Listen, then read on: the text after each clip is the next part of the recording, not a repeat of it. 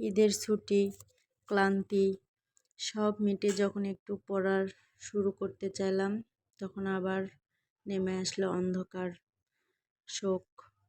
আসসালামু আলাইকুম, আপনারা সবাই কেমন আছেন? আলহামদুলিল্লাহ, আমরা ভালো আছি। বলতেই পারেন ভিডিওর শুরুতে সব কথা কেন বলছি। হ্যাঁ, তার অবশ্যই কারণ আছে। গতকাল আমার ভাস্তা মারা গেছে। ছোট বাচ্চা, তার একটা নার্ভের অপারেশন হয়েছিল। তো অপারেশনটা সাকসেসফুল হয়নি। সব থেকে বড় কষ্ট হচ্ছে আমি তাকে শেষ দেখাটা দেখতে পারিনি। এর মতো কষ্ট, আফসোস আর হবে না।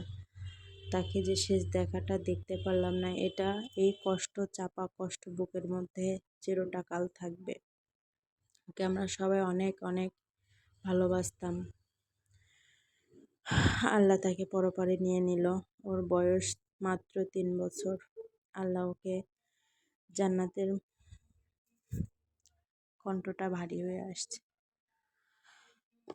আল্লাহ ওকে জান্নাতবাসী করুক। অবশ্যই সে জান্নাতবাসী হবে, আল্লাহর কাছে আশা। তো শত কষ্ট, চাপা কষ্ট নিয়ে তারপরেও পড়তে বসলাম। জানি না কতটুকু পড়া হবে, চেষ্টা করছি পড়ার।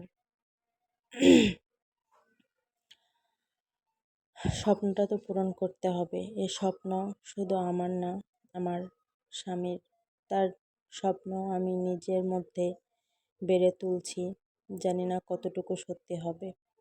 চেষ্টা করছি, শত চেষ্টার পরেও দেখি কি করতে পারি। সে আমাকে নিয়ে অনেক স্বপ্ন দেখে।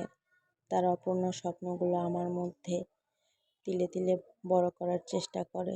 আমি যখন যা চাই তখন সে আমাকে এনে দেওয়ার চেষ্টা করে।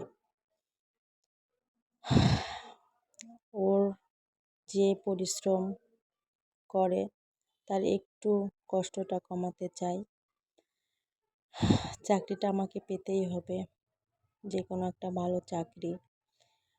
আমি তার পাশে দাঁড়াতে চাই, আমি তার হেল্প হ্যান্ড হতে চাই। আমি যদি একটা ভালো সরকারি চাকরি পাই, তাহলে তার অনেক উপকার হবে। তাকে আর এই হাড় ভাঙা পরিশ্রম করতে হবে না। তাকে আমি অনেক ভালোবাসি, সেও আমাকে অনেক ভালোবাসে। সেই ভালোবাসা যেন জীবনের শেষ পর্যন্ত থাকে।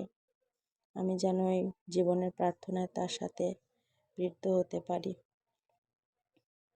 আজকে বেশি কিছু বলতে পারছি না, চাপা কষ্ট নিয়ে কথা বলতে কান্না আসছে। আপনাদের আজ কিছু বলতে পারলাম না। আল্লাহ হাফেজ, টাটা।